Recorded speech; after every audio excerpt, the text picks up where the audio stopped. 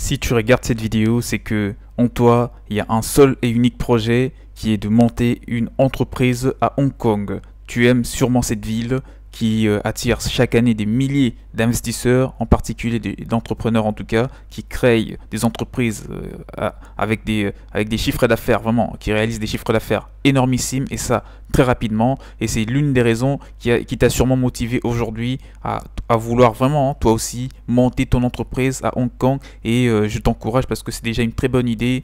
Tu vas pouvoir vraiment investir sur un terrain qui rapporte gros, qui rapporte du gros argent et ça de façon vraiment rapide. Alors qui je suis pour te parler de comment créer son entreprise à Hong Kong? Je m'appelle Nathan, je suis entrepreneur moi aussi et investisseur. J'accompagne et j'investis aussi, que ce soit dans l'immobilier ou dans la création d'entreprise. Et puisque nous allons parler de la création ou de l'entrepreneuriat à Hong Kong, moi je commence déjà par te conseiller à t'abonner à la chaîne en activant la cloche de notification que tu vois juste en bas. Cette cloche te permettra de te faire alerter de toutes les prochaines vidéos qui seront publiées en rapport avec la création d'entreprises et de plein d'autres sujets similaires. Donc voilà, là je te conseille de noter tout ce qui te paraîtront très utile pour que vraiment tu sois mis au courant de tout ce qui va vraiment découler de cette vidéo. Alors je commence vraiment en te disant que créer une entreprise à Hong Kong est une tendance adoptée par de nombreux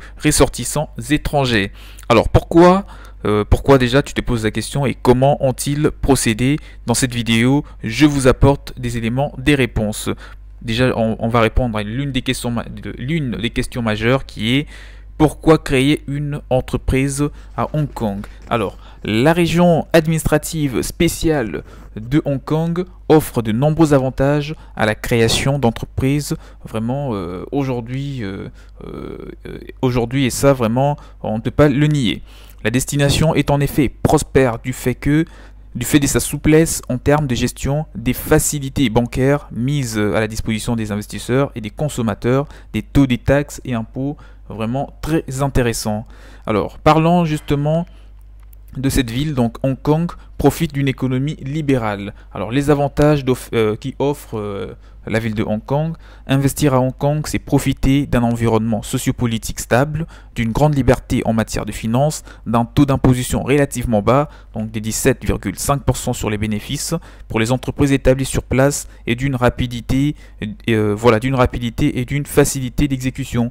La procédure de création d'entreprise, tout comme pour une cessation d'activité, est simple, rapide et peu coûteuse à Hong Kong. Par ailleurs, créer une entreprise ne requiert aucun capital minimum et l'intervention d'une seule personne suffit pour constituer une société.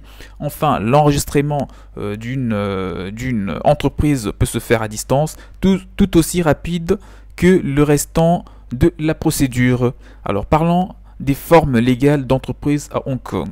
On compte 7 formes juridiques d'entreprise dans cette ville et je te conseille dans cette partie de la vidéo de tout noter, toutes les informations qui te paraîtront très utiles parce que elles te serviront vraiment de support pour que tu parviennes d'une part à comprendre l'entrepreneuriat à Hong Kong et d'une autre à réaliser la création de ton entreprise tout en comprenant les étapes par lesquelles il faudra que tu passes.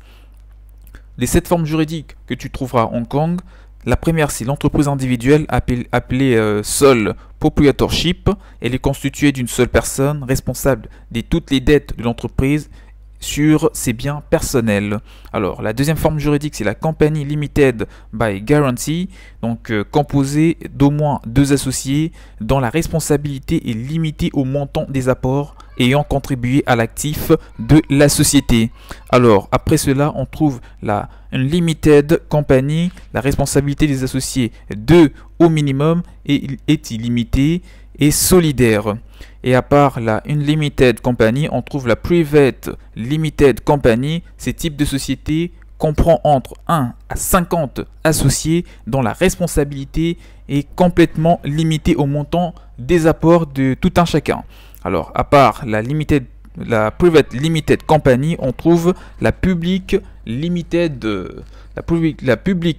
Company. Le nombre d'associés est illimité, leur responsabilité est limitée au montant des apports. Après cela, on trouve aussi une autre forme juridique qui est la General Partnership. Le partenariat général, autrement dit en français, autorise entre 2 à 5 à 20 associés dont la responsabilité est illimitée pour les dettes et les obligations de l'association. Et après la General Partnership ou le partenariat général, on cite aussi la Limited Partnership. Autorise autant d'associés que pour les General Partnership, la responsabilité illimitée doit être attribuée à au moins un des associés. Les autres voient bien sûr leur responsabilité limitée au montant des apports. Alors parlons de l'étape 1, la nomination de l'entreprise et certificat d'incorporation. Qu'est-ce que je veux te dire exactement par là concernant l'entrepreneuriat ou la création d'une entreprise à Hong Kong? La nomination de l'entreprise est une procédure pouvant être effectuée complètement en ligne. Elle consiste à effectuer bien sûr la demande du nom ou d'un nom d'entreprise auprès du registre des compagnies. Suite à l'approbation du nom choisi, l'établissement délivre un certificat d'incorporation pour bien justifier cette étape. Cette procédure doit être accomplie par le fondateur de l'entreprise lui-même. Le dossier doit être constitué du formulaire d'incorporation, d'une copie des statuts de la société et du formulaire appelé IRBR 1, Notice to Business Registrator ou Registration Office. Voilà, c'est en anglais. Vous l'avez compris en tout cas avec mon accent français.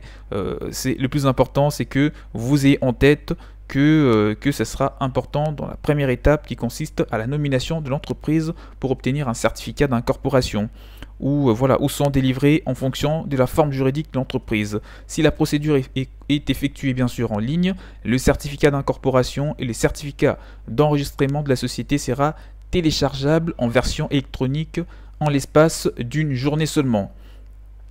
Alors, la deuxième étape, ce sera l'inscription au département du travail et à la MPFA. Voilà, j'espère que tu l'as noté. L'entreprise amenée à recruter du personnel est soumise à l'ordonnance de compensation des employés. Ainsi, un employeur est tenu de déposséder une police d'assurance dans le cadre de la couverture de ses employés à plein temps comme à mi-temps en cas d'accident de travail à l'origine d'un décès, d'un handicap, d'une maladie ou d'une blessure par exemple. Par ailleurs, les employés âgés de 18 à 65 ans sous contrat de plus de 60 jours au sein d'une entreprise doivent souscrire au Mandatory Provident Fund Scheme, autrement dit la MPF comme je viens de te le dire. Le fondateur de l'entreprise doit donc faire enregistrer sa société auprès du département du travail et auprès de la Mandatory Provident Fund Scheme Authority pour ce faire bien sûr. Il existe bien entendu des exigences assez spécialisées pour réussir vraiment cette étape et ça de façon comme il se doit. Il est aussi possible de solliciter une banque pour souscrire à une police d'assurance et à la MPF comme je viens de te le dire. Alors la troisième étape, c'est celle de cachet de l'entreprise. La dernière étape consiste à solliciter un fabricant de tampons pour créer ou pour la création du cachet de votre nouvelle structure. Cela peut coûter environ 215 $ de Hong Kong. Voilà, là c'était un petit peu les étapes concernant la création d'une entreprise dans cette ville qui aujourd'hui offre vraiment trop d'avantages. Les enjeux sont innombrables à Hong Kong. Les opportunités, vous pouvez le saisir depuis chez vous, en tout cas à la maison. Vous montez votre entreprise, vous travaillez en tant qu'entreprise, entrepreneur, auto-entrepreneur, voilà, avec la forme juridique d'entreprise individuelle.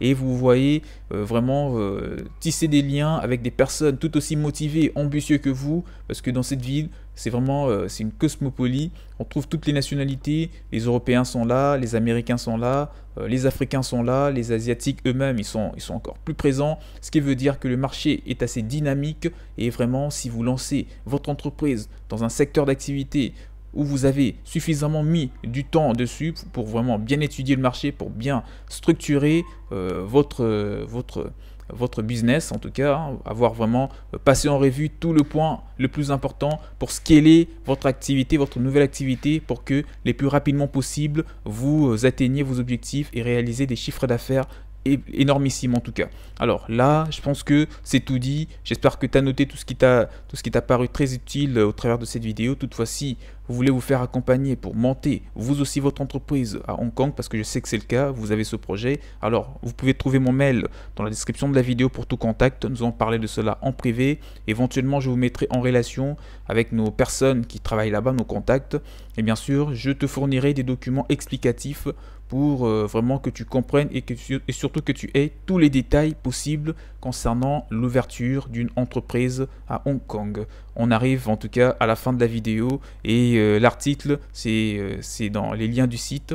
Pour encore plus de précision, abonnez-vous à la chaîne. Je vous invite à vous abonner pour ne rien rater. Quant à moi, je vous dis à la prochaine. Portez-vous bien. Ciao, ciao.